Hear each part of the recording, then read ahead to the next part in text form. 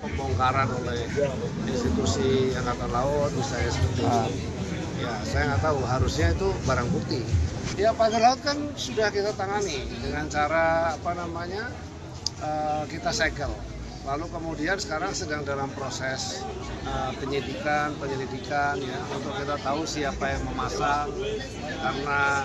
Karena kalau sampai belum dapat, kan kemarin beberapa dari media kita mendapat informasi kan katanya perkumpulan nelayan. Ya, itu sedang kita panggil terus, sudah berapa kali dipanggil oleh dirjen yang menangani ini, ya, dirjen PSDKP, tapi belum datang. Nah, kita sudah minta kepolisian juga untuk membantu kita untuk melakukan penyelidikan. Karena begini ya, kalau sampai kemudian kita nggak bisa dapat siapa yang memasang, akan repot.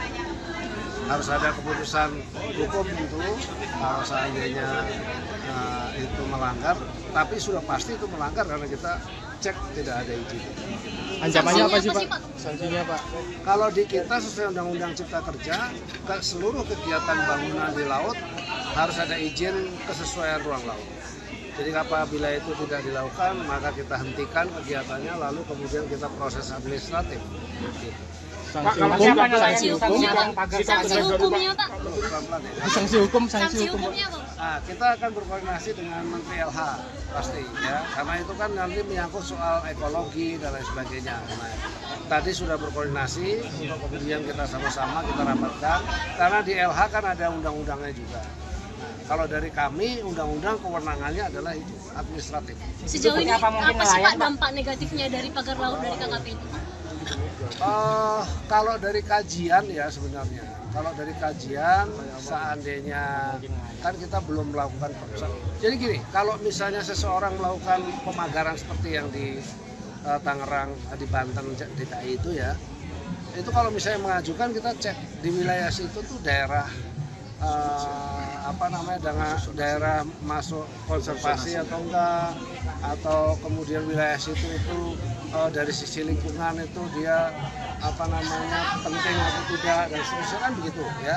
Jadi kalau memang ada seperti itu jelas itu pasti kita larang kegiatan seperti itu. Nah, tapi itu kan tidak ada pengajuan kan begitu. Nah, karena tidak ada pengajuan ya kita lakukan penyegelan. Berpotensi menimbulkan kerugian negara apa? Kalau kemudian dari sisi lingkungan, saya kira Menteri Lingkungan nanti akan bisa menghitung. Kalau dari kami adalah kegiatan di laut itu ya dari sisi administratif. Itu secara tidak langsung itu ilegal gitu Pak? Pencabutan. Gini, kalau pencabutan kan tunggu dulu dong. Kalau sudah ketahuan siapa yang nanam lebih mudah. Kalau nyabut kan gampang ya. Tapi kan nyabut juga. Seperti kemarin misalnya saya mendengar berita ada pembongkaran oleh institusi Angkatan Laut misalnya seperti itu. Ya, saya nggak tahu, harusnya itu barang bukti. Setelah dari hukum sudah terdeteksi, terbukti, sudah diproses hukum, baru bisa. Jadi sampai saat ini belum ketahuan siapa yang masang? Belum, kita sedang penyelidikan. Kan nggak bisa cepat ya. Dan nggak bisa menuduh banyak orang juga. Pak Menteri, sebagai penegasan Pak Menteri, berarti ini ilegal ya Pak Menteri ya? Apanya? Ilegal pemasangannya itu ya? Sangat ilegal. Sangat ilegal. Ada pihak yang mengklaim itu legal Pak? Tanggapannya gimana? Ada pihak yang mengklaim itu legal pemasangan bambu itu? Dan ada KKP akan dilaporkan? Namanya Kesatuan dari perusahaan juga Pak? Nelayan, kalau perusahaan nggak ada. Sama Kesatuan Masyarakat Nelayan Pantura gitu. Tapi kita panggil belum datang-datang. Alasannya nggak datang tuh apa Pak? Belum tahu. Makasih ya.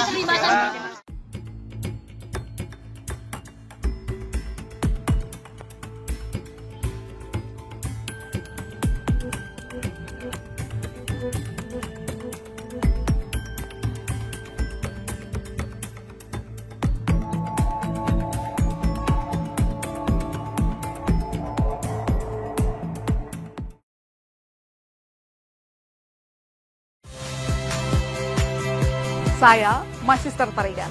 Saksikan program-program Kompas TV melalui siaran digital, pay TV, dan media streaming lainnya.